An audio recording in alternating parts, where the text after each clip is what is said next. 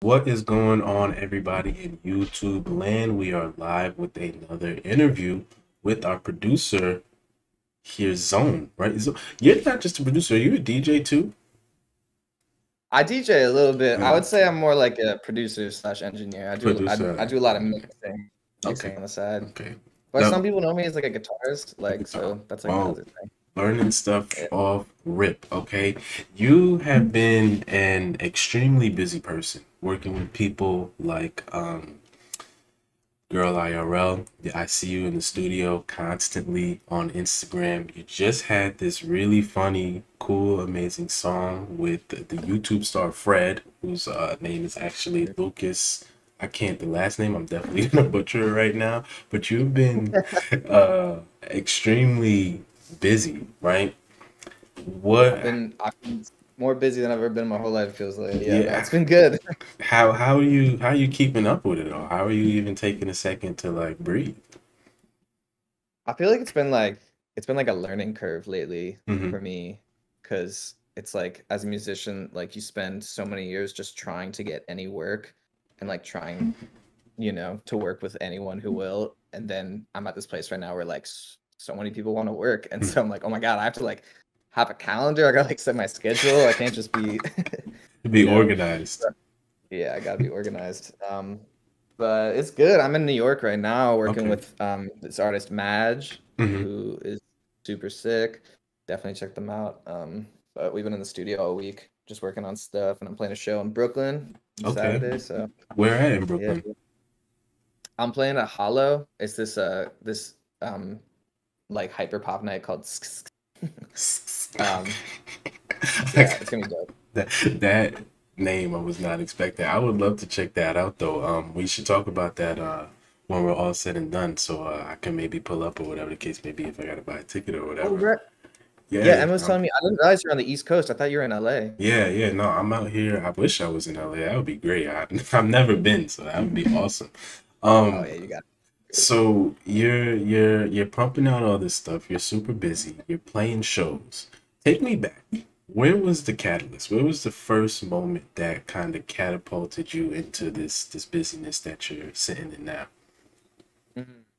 I'd say like the all like I mean I've been doing music my whole life in so many different ways. Went to Mhm, school for it. I'd say the main catalyst was I um two of my friends from college, Asi and Chloe, are in a band called Chaos, mhm, and it was like post college. We'd played together at school a little bit, and it was post college, and I had like nothing going on like mhm, in my life, and they hit me up and they were like, "Hey, do you want to like come on tour with us?"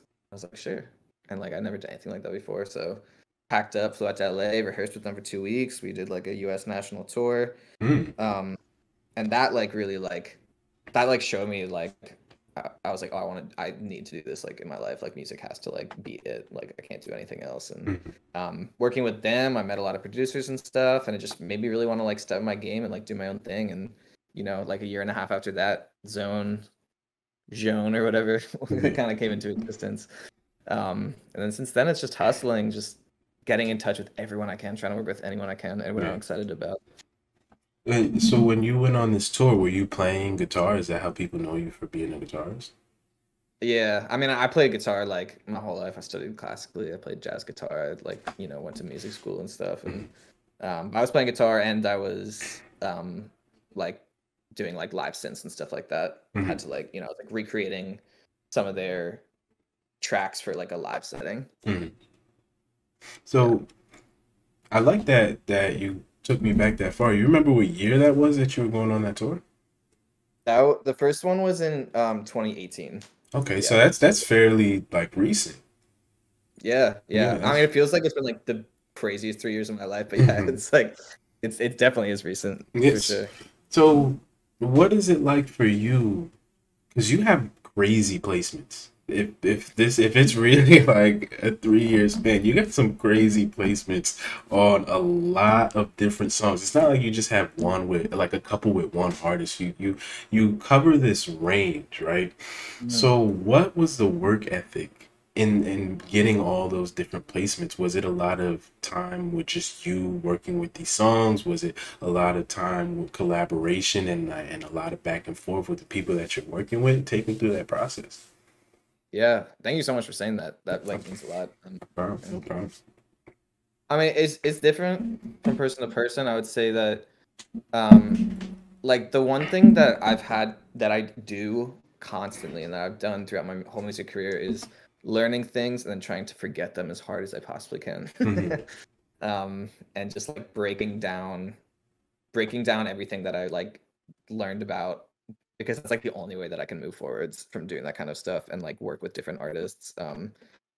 You take something with you along the way, but yeah, I mean, most of the stuff I've been doing has been virtual. It's Hmm. been sending a lot of times what happens, artists send me vocal stems that they've recorded, and Hmm. then I just do everything else on my end. Hmm. I produce the track and I mix it and I'm usually mastering it too. But just sort of like seeing that vision together. But yeah, it's a lot of just like getting vocal tracks in Hmm.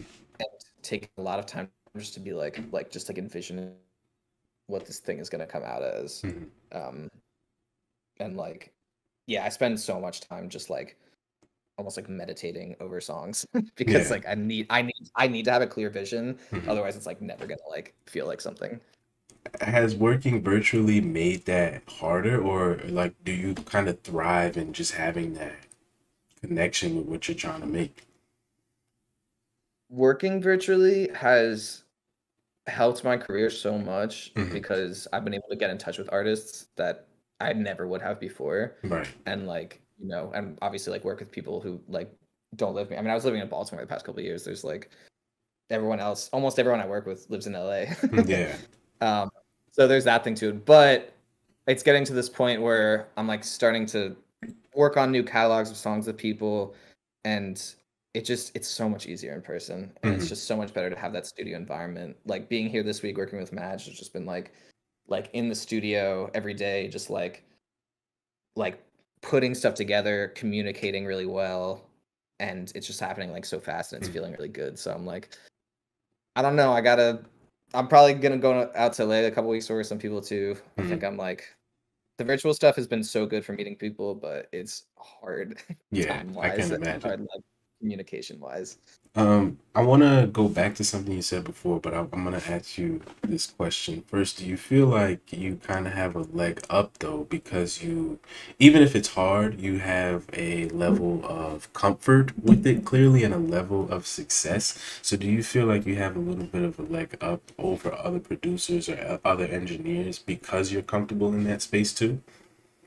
Mm, uh, yeah, I mean, especially during like COVID, right? Yeah. So it's like, you know, I'm someone who's just like so down to like work on stuff remotely and like, so like comfortable with like receiving stems and stuff like that. And I think that um and also not stressed about like trying to like run a studio Yeah. and like, keep rent like going up. I mean, like studios struggled so much, but I think it was a learning curve for every producer these past 2 years, just Hmm. like how to like keep working on stuff. I think something that I'm particularly good at is, I especially recently I worked with a lot of artists who are like recording vocals in like not ideal scenarios. Yeah. And, like, in rooms with lots of weird frequencies, lots of room sound and stuff like that on like, they're not recording in studios, but like I've learned so well how to like really take a vocal track that wasn't recorded properly and like turn it into something that like Exactly. Yeah. feels expensive. So that I think that goes into my next question perfectly, where you said that you have to forget something in order to learn something new. Has Mhm. that does that process ever take too long, or does it ever create a hurdle for you in having to work with the new artists, or even having to go back at times and work with artists you worked with before? Yeah, that's actually interesting. I think it has been hard to like work with artists I worked with before who like want a specific thing that Hmm. I'm just like totally like not doing anymore, or just like kind of like not interested anymore sometimes. Um, yeah, I mean, I make pop music really at the end Yeah. of the day, and like pop music is all about it. Not only about making something that's in the moment, but like literally like the music has to be like created in a moment. Hmm. Like to me, like sitting on you can't sit on a pop record for 2 years and tweak it. It like just doesn't like it won't feel the same. It's like it's Yeah. gotta like kind Like. of like happen in this like whirlwind way. Hmm. Um, but what was the first part of your question again? Yeah, like has that like hindered me at all? I think at times, I mean, there's been so many spaces in my music career where like I just like haven't I take time off from music every now and then. Right. Um, and I'm not like I work a lot and I work hard, but like I can't I can't do it like methodically every single day. Like if I'm not in the mode, I just can't create, and so I won't. And Absolutely. I think that's important too. Yeah. So I want to ask you now, what do you think about the landscape of popular music? I've never heard somebody say you can't sit on a pop song for 2 years, right? But when hearing you say it, that makes perfect sense because pop music is popular music. Why are you gonna sit on something for 2 years and that something might not be popular 2 years later? So what do you think of where popular or pop music is at right now? Yeah, I think like I mean, I definitely like work with like artists who are like hyper pop or whatever. Mhm. And like we've already been seeing that like enter the mainstream, like, and that's just going to like continue to happen more and more. Like a huge artist is going to release like a hyper pop song like this year. Like I have like full faith and um so but you know, just like anything, it's like there's a sound to a lot of that right now that Mhm. I think is starting to like stagnate a little bit. Absolutely, I agree. Um, and I think that there's artists, you know, I'm interested in working with the people who are like wanting to like combine or like just like push things in like a new like different direction, and almost like working with people who are more interested in working on like more like classic pop stuff. Mhm. Um, you know, and like I think some of like some more experimental artists are starting to do that too. Like I think like Slater's a good example of someone who like was like so like bubblegum based like a couple years ago, who's Mhm. like now like trying to like make like Robin song. Actually, Slater's like new stuff like sounds like Third Eye Blind. Like Yeah. the stuff that's like in the works right now. Mhm. but but yeah, I don't know. I'm excited for like just like more experimentation like in the top 40 stuff coming out. I mean that always comes in waves. Like Yeah. there's always like one weird song that gets so huge and like Definitely. impacts the whole world for a little while. And like I don't know, I was thinking about like Hey Ya. Hey Ya's like the weirdest song ever. It is. When you really sit and look at it, the fact that they had everybody singing that, I agree. It's got like extra bars in it, you know. It's like it's like this awkward like flow, but it's like just such a good catchy song like Absolutely. by by a band whose a lot of other material does not sound like that at all. So I'm just Mhm. like I'm like there's gonna be some like really crazy like hyper pop influenced song that's going to like really hit the mainstream soon, and I don't know who it's gonna be, but it's happening. Right. So when you're creating, you're working with a lot of these artists, you're getting these really cool placements. Do you create any beats for yourself that you kind of just sit on or anything like that? Yeah, I do. I have like there's like a certain like type of sound that when I'm working on it, I like know it's my own thing, Mhm. and I'm like I keep that like kind of sacred, and I I have like a small collection of songs right now that I really want to finish, but I'm just like so busy working on other people's stuff. Yeah. But yeah, I'm more yeah, I'm sort of like trying to like combine like more like I'm like obsessed with like 70s minimalism music. Like I've like been for like so long, like Mhm. Steve Reich and like the Philip Glass scene, like that kind of stuff. And like I'm kind of like working on this like pop record that's like using this like sort of like repetitive, like almost like natural feeling thing. Mhm. Um I'm like just so obsessed with like nature in music right Mhm. now. And like I Yeah. just like I want to make a record that's like really like propelling that. And you know, one thing is like people always ask me like to like send beats and stuff like that. And like I don't really do that. Like I don't like make like just like beats to like sit on and then be like, all right, I have like this collection of beats. Like when I'm working with someone, like I really like to start from scratch, Mhm. and like maybe I'll have something that I made that I'll give to someone, but like I don't know. Like shout out to the people who like make beats and like sell them to people and like get big placements, because I don't know how to do that. Yeah. Like Yeah. I don't know how to have that foresight. But it seems like you have your own way about handling your business and artistry. Do you think starting from scratch is kind of the thing that gravitates people towards you when they're looking for somebody to create? Because it almost seems like, tell me if this is a wrong description, but it almost seems like people are sending you these vocals or they're sending you these stems, and then you kind of got to Frankenstein it together. It's almost like you're a little monster in that, right? So do you think that that is what kind of gives you that polish of, and everybody just keeps coming to try to get you to do something for them? Yeah. I, yeah, I think so. I like because I'm like I came from like almost like a more big mixing background. Like when I Mm, was in college, I wasn't producing that much, but I was much more focused on like the mixing aspect and like if I have control over like the production session, then I am like setting myself up to not have to mix as much. And like I like as good as you can make the sound at its source is just going to make the song feel better to mm, me, you know? It's like if I get a synth patch that like I really have to like a synth patch sound that like I really have to like EQ and like meticulously and like try to turn something. Like if I had control over making that patch, I would have like been doing the EQ like at the VST level, you know, I would have been yeah. doing it like at the synth and making that synth sound as strong as possible. And I think Mm, producers who do that, that's how you get that real pop sound. They're not doing any cleanup work. I mm, mean, they're doing some cleanup work, but it's not like they're not like trying to transform sounds at the mixing level. yeah. Like, um, I've been watching a lot of Ian Kirkpatrick streams, the Mm, Dua Lipa producer. He seems like a cool guy, but his mixing is just so crazy. mm, And even though it gets mixed by someone huge, Josh Goodwin or whatever, um, like just at that production level, it sounds fucking incredible. And mm, so when I have control over that, like that's when my stuff comes out best. And I think people do like hear that in my stuff. mm. Yeah. So who else are you watching to and paying attention to their beat making and their production?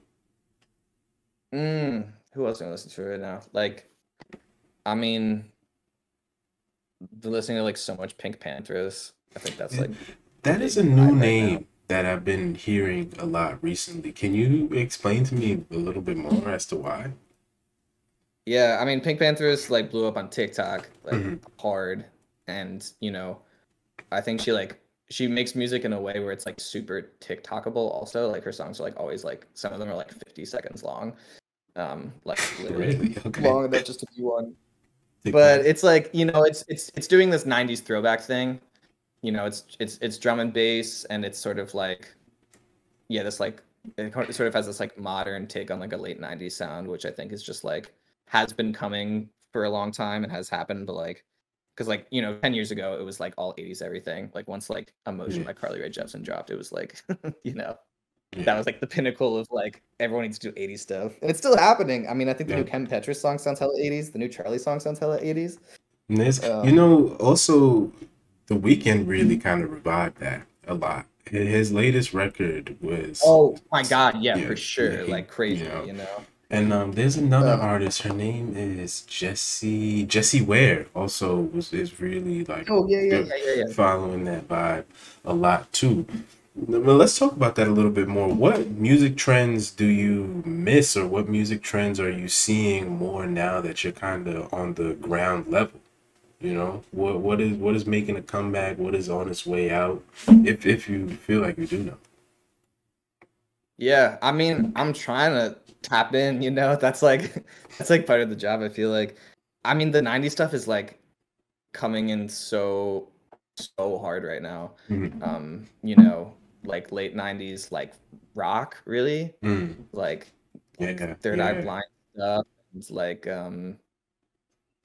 uh even like grunge yeah. is like coming back um which is interesting because I feel like we're like almost coming from like a early 2000s like pop punk thing coming back, and now we're even like going back a tiny bit again. Mm, Um, but I definitely see that happening. I'm interested in like these artists who sort of came up like making pop like hyper pop like kind of experimental way, who are now like pushing their stuff in like a much more experimental direction, like who are like really just like like there's that new like Danielle Harl track that just came out with, oh, I forget who it was with, but it's like a 5 hour long like ambient piece. Yeah.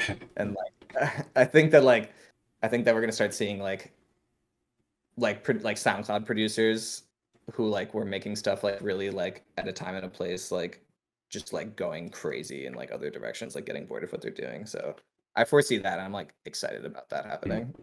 Is there a specific trend that you miss at all? Um, I mean, I'm so future focused, Mm, like that. Like I'm just so ready for like to hear new things all the time and to like yeah, make new things that feel really new. I'm with I you don't on know. that That's one. a good question. Yeah, I'll chill on that. I might have something for that later. Yeah, that's fine. You mentioned that you are very into nature, right? I'm gonna let you in on Yeah. something that I had not. This is a McFarline exclusive right now. Okay. I'm so I've been obsessed. I've had this idea of sampling or like throwing in the sound of monkeys on a beat. Just like in some way, shape, or form, I want to hear monkeys just yelling somehow on, on a beat. You think you can make that happen for me on your nature like beat thing? dude, let's fucking do it. That Yeah. sounds sick. I could totally be like the loop in the background. Like Is I think it? that'd be so fire. I Let's feel do like it. that's the one thing that's missing from a lot of beats is monkey noises. Okay, so everybody needs to get on that ASAP right now. Number Start one thing that's missing from music is monkeys, monkey 100%. noises. You knew, like that's it. It's game over now. Yeah, I'm calling it now. You've seen it here first on the McFarline Twitch. Um, so let's talk about the big one right now. Let's talk about Pomeranians. All right. Talk about it. How?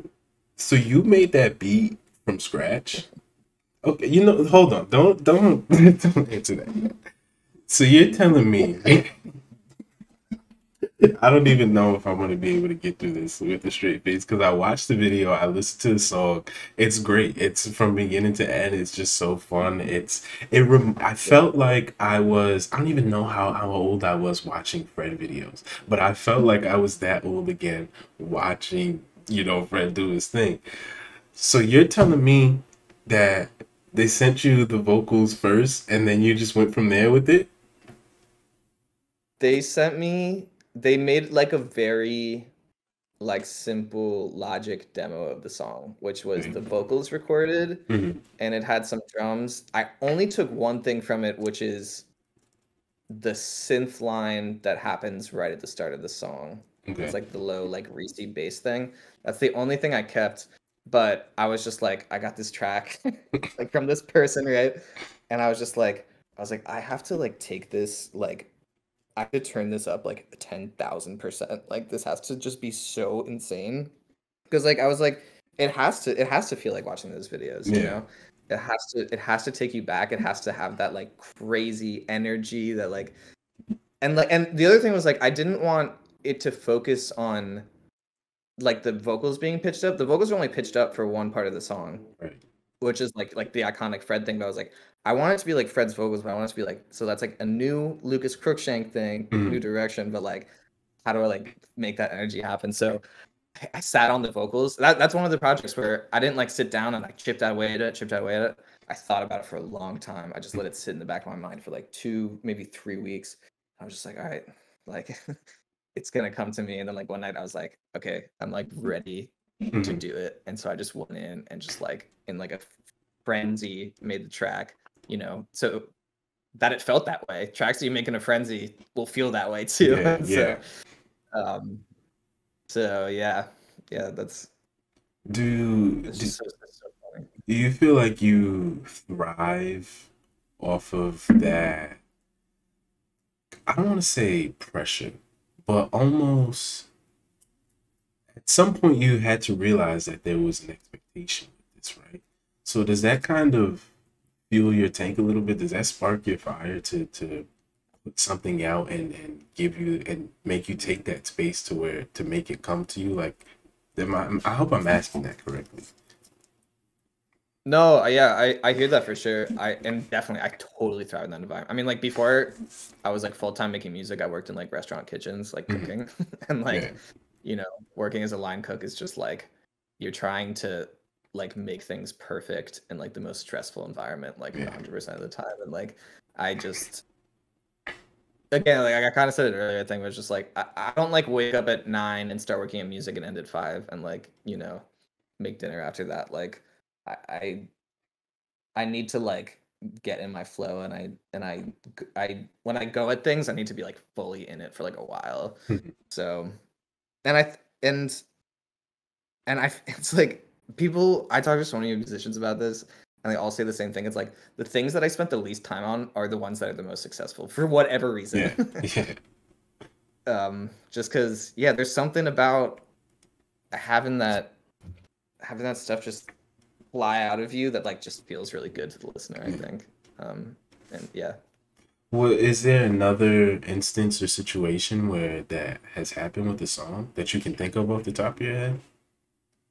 Um, yeah, I mean, when I made my song for the Mutants mixtape, Red Synthetic, which was I think the first time we sort of tapped in when you know, Fantana was talking about on stream and had good Mm-hmm. things to say about it. Mm-hmm.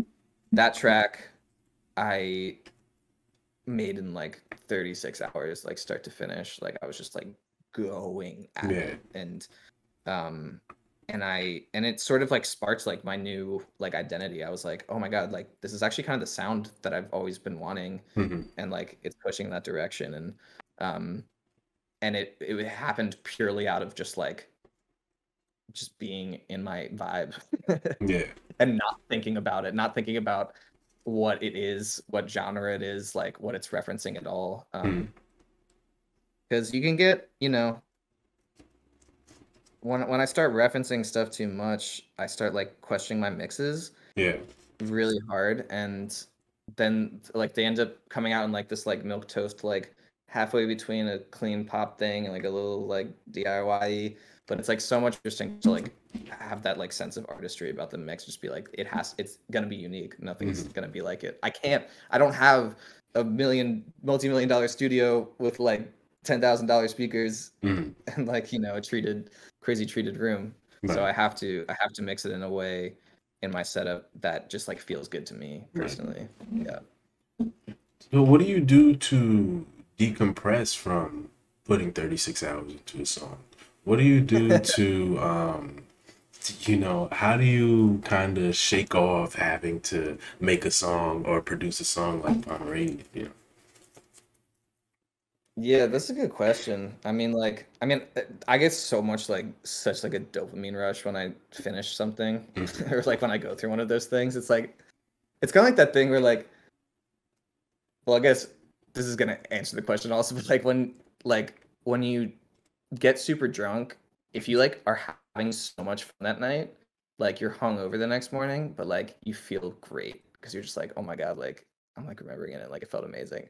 But if you just like go out and get really drunk and like have a weird night, you're gonna feel like shit the next day. Right. So it's like if I like work really hard on a song and I don't like it and it's like stressing me out, then like my creative juices are like just gone for like days. You know, Yeah. like it's every ounce out of me. But um yeah, I mean, yeah, and again, just taking a break from music, like not like I just love listening to music on like shitty systems. Hmm. Like I don't want to have like a really hi-fi system. I don't want to like listen to everything on my monitors. Like I want to like feel music and like the way that everyone else is hearing it Hmm. for the most part. So like if I'm listening to music, I'm just like putting it on like fucking like my Google thing or like and my terrible car system. Yeah. Yeah. Excuse me. Um, let's talk a little bit about Young Skirt and his community, the Skirt Chord. Shout out to everybody over Yes. there. They are all great, amazing people. Young Skirt has been going absolutely fantastic. We might have to double back with Skirt and get another interview. But you have an interview coming up with them, or did that happen already? With Young Skirt? Or did, Oh, with did the skirt court. yeah, Yes, yeah, yeah, yeah. that happened. Yes, that came out. That's on YouTube. That came out like last week. Okay, I gotta check that Um, out. I seen it. I was like, oh man, I wanna like tap in with this. I'm so sorry I missed it. Yeah. The skirt chord's cool. It was like a thing born out of quarantine. Yeah. I watched my first Young Skirt live stream, and that night like the skirt chord like formed in the chat, and then I Mm, joined like the Young Skirt Discord, and like definitely like became a part of it, and it's been really cool. I mean, it's been like so many musicians that are like really like building something together and like coming up together, absolutely. and like Skirt's been like making that happen. Yeah. Are you? You're pretty much cemented within the skirt chord, right? You're one of the OGs, if I'm not mistaken.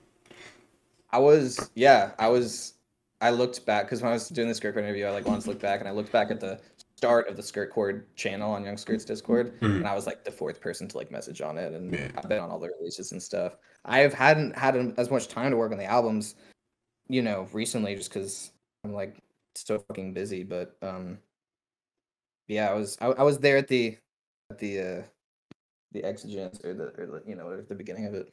Are those Friday night Zoom parties, are those still a thing?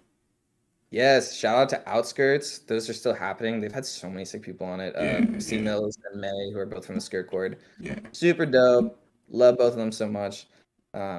And they yeah, they're still doing those, and like they're just like stepping up their game all the time. They're Yeah. like it's like so efficient now. It's so sick. Like I think I played at the first Outskirts, and it was just like a fun thing we were doing, and now I'm like, oh, like you all are like about to start doing this like IRL somehow. Like I can see it Yeah. coming. That's cool. I joined in on the first couple Zooms, and I wanted to Oh do yeah, it yeah.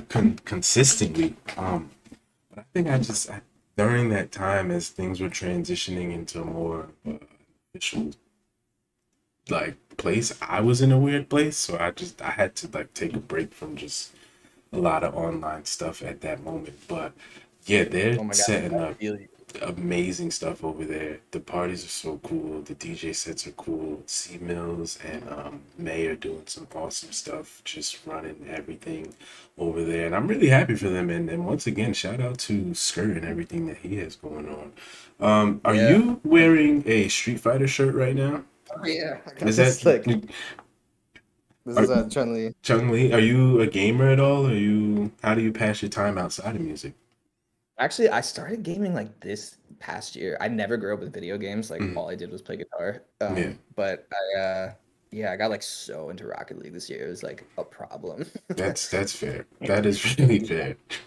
I was like, I put like a couple hundred hours in the game this past year. And, like I was just like, now looking back, I'm like, oh my god, I should have been doing something else. But also, it's like I needed to Yeah. decompress from like the world. No, the Rocket League, once you get that Rocket League bug, it's really hard to get rid of it. So the fact that you kind of kicked it is the impressive part. Is there anything else that you're playing right now that you're into Um, I just play. I really only play on my Switch anymore. Yeah, me too. You I've been know, playing it a I'm lot. like, yeah, what have you been playing on Switch? It depends on the day. It depends on I'm what kind of mood I'm in. But I've been playing a lot of Smash, Mario Tennis, Diablo 3. I'm Oh trying to yeah, finish Breath of the Wild, but I have not touched that game in months. Um, I just got WarioWare. Let's Get It Together, one of my personal favorite games. I think I'm gonna Um, get yeah, excited about that. it's worth it. If you're a fan of the game, there's not much, and if you are in a with a group of people often, then go for it. But it's not as much fun playing it by yourself. The multiplayer aspect is really um what sells it. Uh, what about, are you a movie person? Are you listening to podcasts? Like when you are taking these breaks from music, what are you doing? Yeah, I really don't watch movies or listen Mm, to podcasts like at all. I always like see like one movie a year, and I try to like watch something that like everyone says is good. And I'm like, oh yeah. yeah, that was really good. No, but I watch a lot of TV. Okay. I Okay. like I like try to like stay up to date. Have you seen Squid Game yet? I'm watching it now. I just finished the second episode. And let me tell you, I really enjoy how they're taking everything's dressed up. It's not just about the Squid Game. I like how everything's kind of like, okay, this person has this going on, they got this going on, and they gave reasonings and backstories as to why everybody should be there, which I really enjoyed about that. Oh yeah, I have like one episode left. And I know it's Okay. gonna like fuck me up so Okay. bad, but like I'm like I've just been that's like everything I want to watch. You Yeah, know, it's like yeah, Black Mirror, like Midsummer, you know, type yeah. shit. Me and Girl IRL actually turned. We were hanging out, and they were like, "You have to watch Squid Game." Mm, So yeah. I've been on a deep dive. What about, are you a fan of Ozark? I've never seen Ozark. That's like Listen, one of the. That's one of the few. Maybe that'll be my next one. listen. Season two coming out, or not season two, excuse me. The final two seasons, they're splitting it up into two parts. So I think it's season four, split up Um, into two parts over 2022. I'm a big fan of Jason Bateman. All right, I'm a huge yeah, fan of Jason Bateman. If you got some time, check out Ozark and then come back because I want to hear what you think about Ozark. So, but that's cool. So don't. you are, you like watching your shows. You're a TV Yeah, person. I like. I always got to have some show going on. Right now it's well, it's Squid Game right now, but it's been Barry. I like finally started watching, which is like fucking amazing. Mhm. On HBO. Does any of But that kind of bleed into your music making at all? Do you ever hear something in a show where you're like, oh, I like that sound, or I like how they went about that, or anything like that? that's so interesting, and that's a really great question, and 100%. There's like two ways in that happens. Sometimes I hear a sound in a show that I'm like so obsessed with. The last time that happened was I was watching Dave, the little TV Okay, show. the recent season. Yeah, yeah, yeah. Okay, I okay, think this particular sound was from the first season. Like that show is way better than it has any right to be. It's like absolutely, I unbelievably agree with you. good. But there's like there's like the scene where he's like getting ready to like have sex with the sex doll, and Oh like my the the sound in the background is like so cool, and so I like was like I couldn't even finish the episode. I like got like opened up my computer, like got into like Vital, and I was like just like worked hard to like recreate it like Yeah. instantly. So happens. But the second way is like I just love the progression of TV shows these days. Hmm.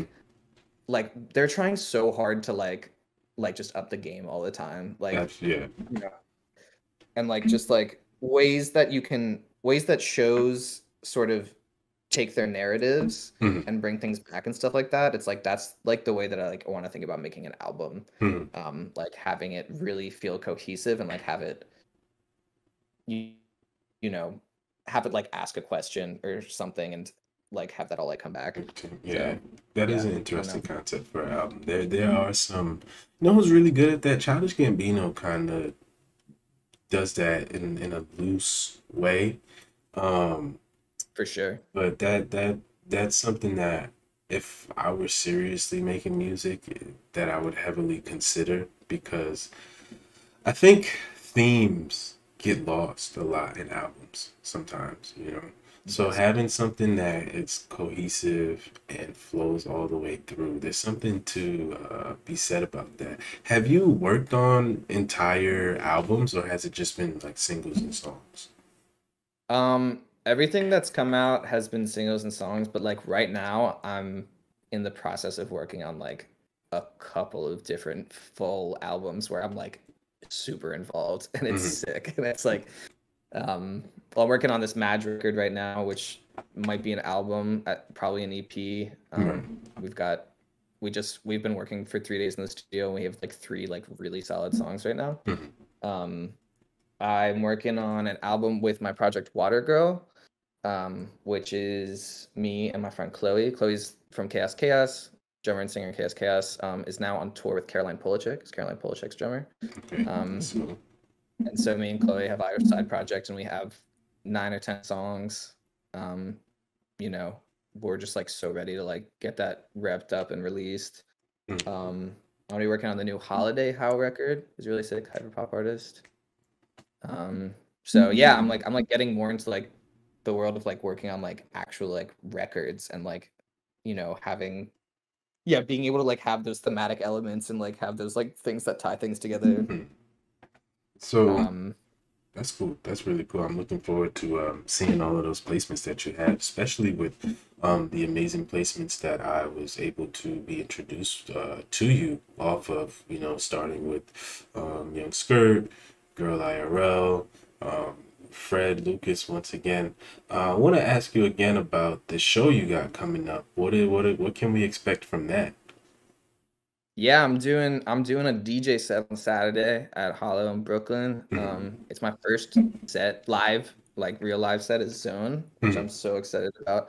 Um, yeah, I've been building the set for like the last week or so, and I just want it to I'm I want it to be like super. I'm focusing on it having those thematic things. Mhm. Um, it's not gonna be song crossfading to another song type situation. Yeah.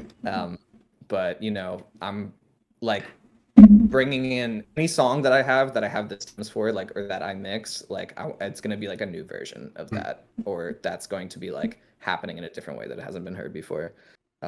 So it's just gonna be like one giant remix basically. Mhm. Um, but it's dope. Yeah, the show's called Skis Skis. It's like a hyper pop show started by their name on social media is the Limit Does Not Exist, or Limit.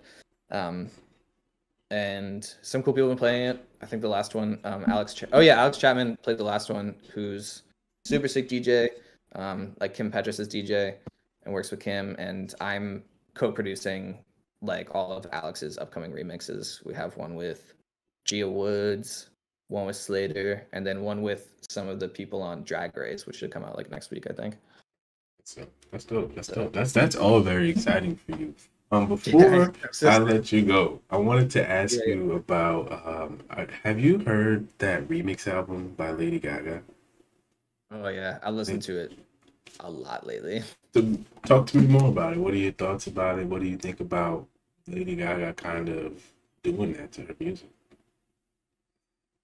I mean, it's so good for like the scene. It's so good for someone like me. I mean, there's so many people on that record who are just like who like really just came up in like the weirdest like realms of the hyperpop world. I mean, like Mhm. seeing someone like Mood Killer be on like a Lady Gaga album is like fucking amazing. And Mhm. like um I think the DOS remix is probably the best remix of a song I've ever heard in my entire life. I think it's fucking incredible. Um but no, I think it's good. I think it's going to put together like this is going to be the standard. Ever since the Dua Lipa remix album came out, like Mhm. that was like everyone's like gonna be so obsessed with putting out like crazy remix albums, like top 40 pop artists, Yeah. and which means that they're gonna be looking for people maybe who I work with, Yeah. Yeah. So I'm so here for it. I think a lot of remixes to that album are like super solid, and just like someone as big as Lady Gaga, like letting experimental artists like do whatever the fuck they want is like one of the best things that's happened for music in like a long time. Yeah. So Lady Gaga let people go absolutely insane with some of the. I didn't listen to the full thing. I heard a decent amount of songs off of it, but they are, and I love it. I really like the aesthetic and the overall vibe that those remixes and just that type of music it creates. There's something about that, sometimes that heavy bass and just that, you know, Anthony had introduced me to Sophie. I was like so amazed. I listened to the remix album first before I listened to the original, but that kind of messed it up for me because I like the remix, like the remix. I'm sitting there like, yo, how in the world did some of these sounds get created? It's just so it's fascinating to really see how that music has evolved and like you've been saying really just injecting itself into the main scene and or the mainstream and these top 40 artists doing stuff like that, making remix albums or focusing just on harnessing that sound for themselves. It's a very it's almost a renaissance in a way, because you alluded to this earlier that some of the stuff that's coming out in just popular music is kind of stagnant. So it is nice to have that breath of fresh air just kind of breathe into this music that needs to have something fresh at all times. yeah, 100%. I'm so excited about it. I'm so excited to be. I wouldn't want to be making music at any other time period. This is like Yeah. the best possible scenario, I feel like, for It me. it's almost a double-edged sword, but for a lot of people, they're on the right side of that sword, honestly. But Yeah. Zone, thank you so much for coming through, making the time to do this interview. I Or, appreciate you dude, so thank you much. so much for having me, McFarland. Thank you so much, It's dude. no problem whatsoever.